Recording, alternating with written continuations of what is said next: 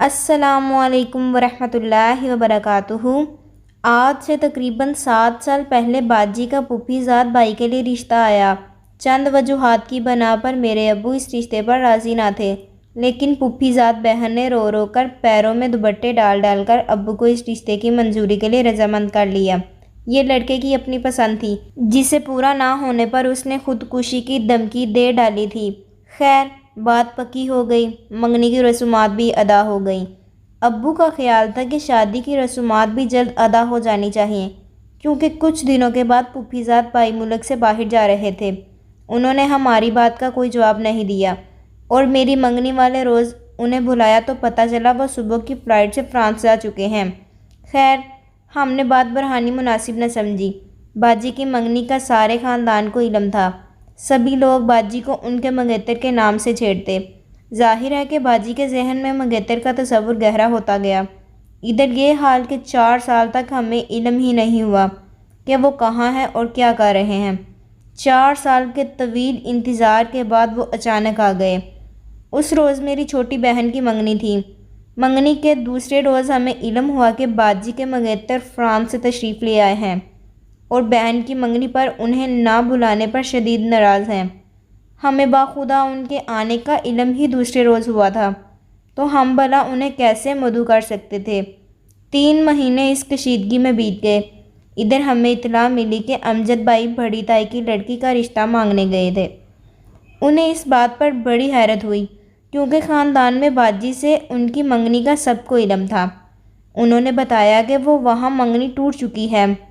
تایا جان نے اسی وقت فون کر کے ابو سے بات پوچھی تو ابو کو شدید صدمہ پہنچا۔ ادھر باجی کا جہیز بن رہا تھا، اور ہم لوگ منتظر تھے کہ کوئی تاریخ مقرر ہو تو باجی کا نکاح ہو جائے، اور ادھر امجد صاحب نے تایا جان کو منگنی ٹوٹ جانے کا جھوٹا مسودہ سنایا۔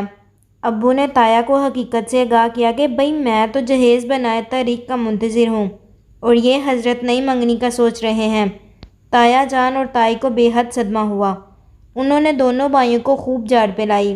یاد رہے کہ اس بار وہ اپنی بہن کی بجائے بھائی کو ساتھ لے کر رشتہ لینے پہنچے تھے۔ باجی کے ذہن پر اس حادثے کا شدید اثر تھا۔ جس شخص کا نام وہ 4 سال سے اپنے نام کے ساتھ سنتی آ رہی تھی، اس کے تیور بلا وجہ بدل گئے تھے۔ وہ بجھی بجھی سی رہنے لگی۔ ابو بھی اس حادثے کو برداشت نہ کر سکے اور بیمار ہو گئے۔ وہ دن ہمارے لیے بہت برے تھے۔ اللہ سب کچھ دیکھتا ہے۔ امجد صاحب تایا سے جھڑکیاں سن کر بڑے تایا کے پاس پہنچے اور ان کی لڑکی کا رشتہ مانگا۔ فوراً شادی کی درخواست کی۔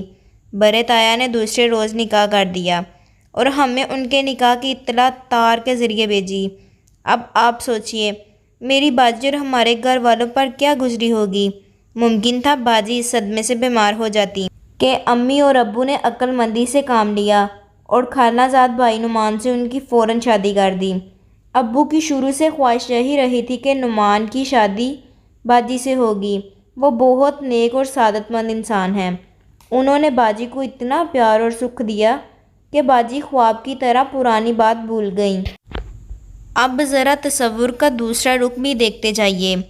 امجد صاحب نے نکاح تو کر لیا، لیکن رخصتی پر آمادہ نہ ہوئے، کیونکہ جب تک وہ کاروبار نہیں جما لیتے رخصتی کرنا نہیں چاہتے تھے۔ باہر سے لایا ہوا سارا سرمایہ کاروبار میں لگایا، تقدیر نے ساتھ نہیں دیا۔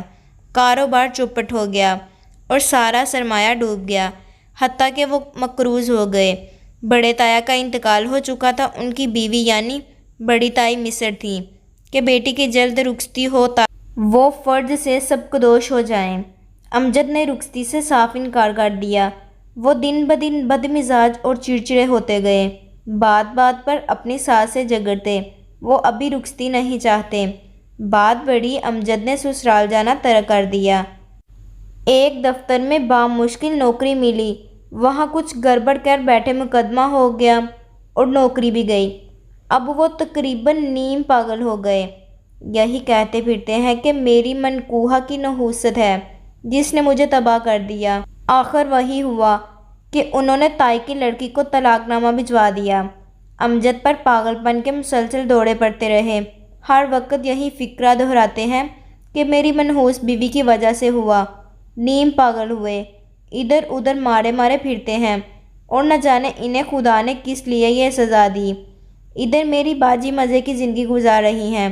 سچ ہے جیسی کرنی ویسی بڑھنی، اور اللہ تو سب کچھ دیکھتا ہے اور وہی کارساز ہے۔ مزید ویڈیوز کے لیے ہمارے چینل کو سبسکرائب ضرور کریں۔